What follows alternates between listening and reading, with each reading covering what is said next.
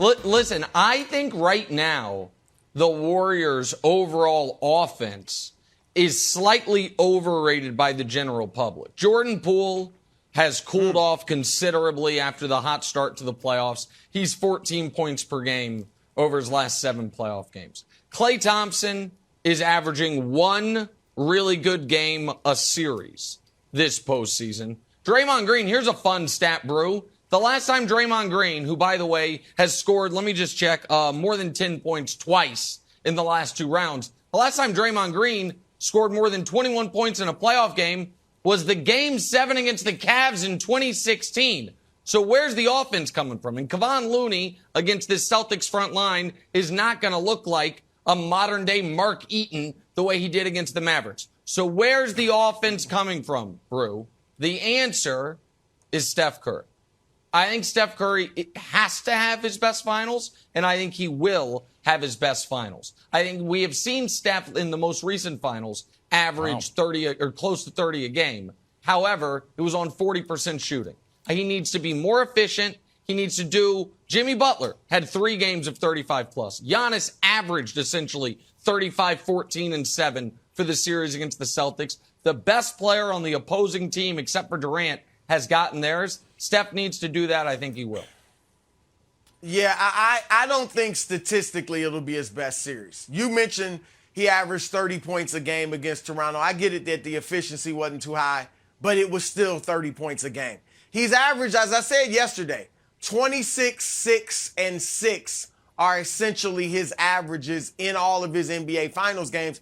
Remember, in 2017, he almost averaged a triple-double. 27 points, 9 assists, 8 rebounds. And then in the next year, he averaged 27 points again. Durant was just better and won those MVPs. So I don't think statistically this will be Steph's series. I'll be honest. I wouldn't be surprised if he's at 25 points or less per game during this series. But I disagree with you in thinking that won't be enough. I do think it'll be enough. And their offense, where are they getting the offense from? Their offense has had the highest efficiency in the playoffs, 116. And that's not all based on the Denver series. All right, they got plenty of scores. And I think it's going to be a big adjustment for Boston, which against Brooklyn, you had to worry about 2 big scores, Durant and Kyrie. And they did it mainly off of ISO. That offense was unimaginative. It was a lot easier to defend, even though they had 2 great scores. Then Milwaukee, you had Giannis to worry about as a big-time scorer. Miami, you had Jimmy Butler. Now, I disagree with you. You got Steph. I still think Klay is incredibly dangerous. You got Jordan Poole. Those guys are all averaging 18 plus in the playoffs. And you keep forgetting my boy, Nick. I'd have thought you learn your lesson. Andrew Wiggins can give you big offense. 15 points. I'll take it, though. But any given night, he can give you 20 plus. All right, so I think that Steph won't have to be 30 points a game. I think he will. Nick, I'll give you this. I do think he has to have some big impact moments. You talked yesterday about those are kind of lacking from his finals resume, and I agree. And I think during this series, he will have some of those moments. Might not be a game-winning shot, but it could be a big 3 to slow down the Boston rally wilds, or it could be a stretch where he scores 12 points in a 4-minute stretch. So I think he'll do it that way, but statistically, I don't expect it to be astronomical on Steph's part. So I agree with you, Broussard. So if over-under on Steph's points tonight is about 27.5, and I am pounding the over. No, I'm not pounding the under. My goodness. I'm pounding the under. I think once the Defensive Player of the Year shows up, maybe he wears that nice Puma robe right into the arena and says, you know what? I've got Steph. I'm going to lock Steph up. In their last 6 games, when Marcus Smart has guarded Steph Curry, Steph has shot 36% from the field, 30% from 3. And it's like, oh, it's the finals. It's the big stage. Like, I don't know. I remember 2016 finals when Steph Curry scored 11 points in game 1, and the narrative that had to be rolled out is like, no, not a big deal. It's strength in numbers. He has to have a huge game one to get us started. And I also want to address this. He's got to start hot. Nick, something just happened earlier in the show that I think shows the dilemma that we're in as a group. Shows 3 minutes. Earlier in the show, 2 minutes. We're literally 6 minutes earlier in. in the show. Time doesn't stop. Still can be earlier in the show. Never does. Broussard was like, and Andrew Wiggins, and you sat back in your seat, you're like, well, Andrew Wiggins. That's not the attitude, buddy. Either go all in or not. Or if you want to come over to the Celtics side, fine. But when Broussard says something nice about Andrew Wiggins, you have to lean forward and be like, that's a good point.